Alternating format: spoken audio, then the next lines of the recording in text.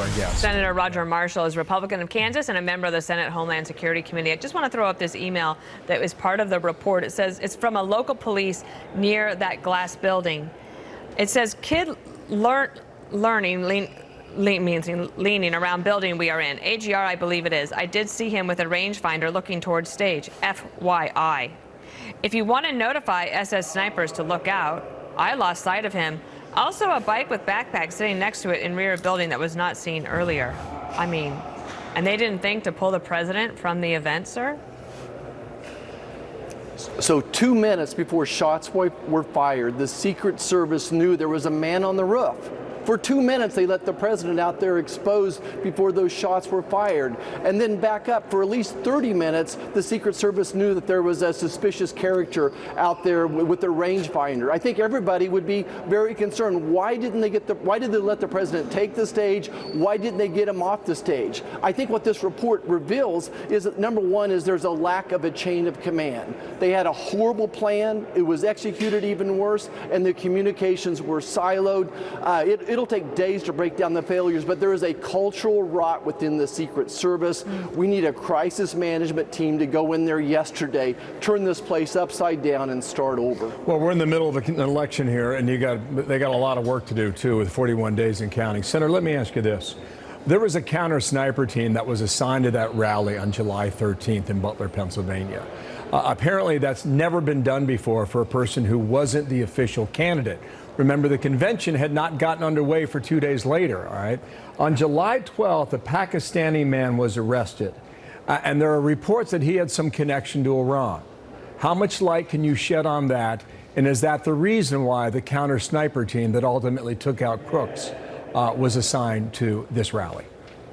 Right. So number one, there was absolutely a credible threat that day. And I can't go into the specifics of what the credible threat were, but the Trump team, the Secret Service knew of a very credible threat to President Trump. And I think that is one of the reasons why they had this counter sniper team. But let's compare this to Jill Biden the same day. Jill Biden is at an event with 400 people and she's inside and she has more resources than Donald Trump has.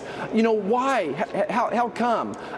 Look, there was a credible threat there. The Secret Service failed. No one is accepting responsibility. It's just like, oh, the team made this decision, the team made that decision, so they take no credible responsibility, and that's why we need to turn this place upside down. And I go back to this, they need a crisis management team to go in there and take the place over.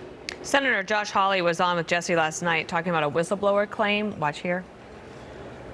Whistleblower with direct knowledge of the Trump campaign and the Secret Service and their interactions tell us that the Secret Service recently told the Trump campaign they could not secure a rally for Donald Trump in the state of Wisconsin. It directly contradicts what the Secret Service Director Rowe said last week when he said, oh, Trump is getting exactly the same level of protection as Kamala Harris and the sitting president. It calls into question what they're saying about parity between Harris and Trump. And once again, it underscores the fact they're not telling us the whole truth. In addition, could you just, in the remaining time we have, talk about this drone issue, that they don't have the assets, but they don't even know how to work the assets that they have? Well, they're the Keystone Cops right now. The Secret Service is the Keystone Cops. They don't know who's on first, what's on second. It's a comedy of errors. And that's, again, I keep going back to this. It is so broken. We need someone like a Mike Pompeo to step in there and take over and give President Trump the protection he needs. Look, this is why it's so important. Americans out there thinking, if we cannot protect our leaders, can they protect us? So we need to give all the resources necessary to protect President Trump. It's very obvious that Iran, that Russia, that China does not want Donald Trump to be president again. They're scared to death of him. Senator, we look forward to getting more from you and your team, both Republicans and Democrats. And please come back, sir. Thank you, Senator. Thank you.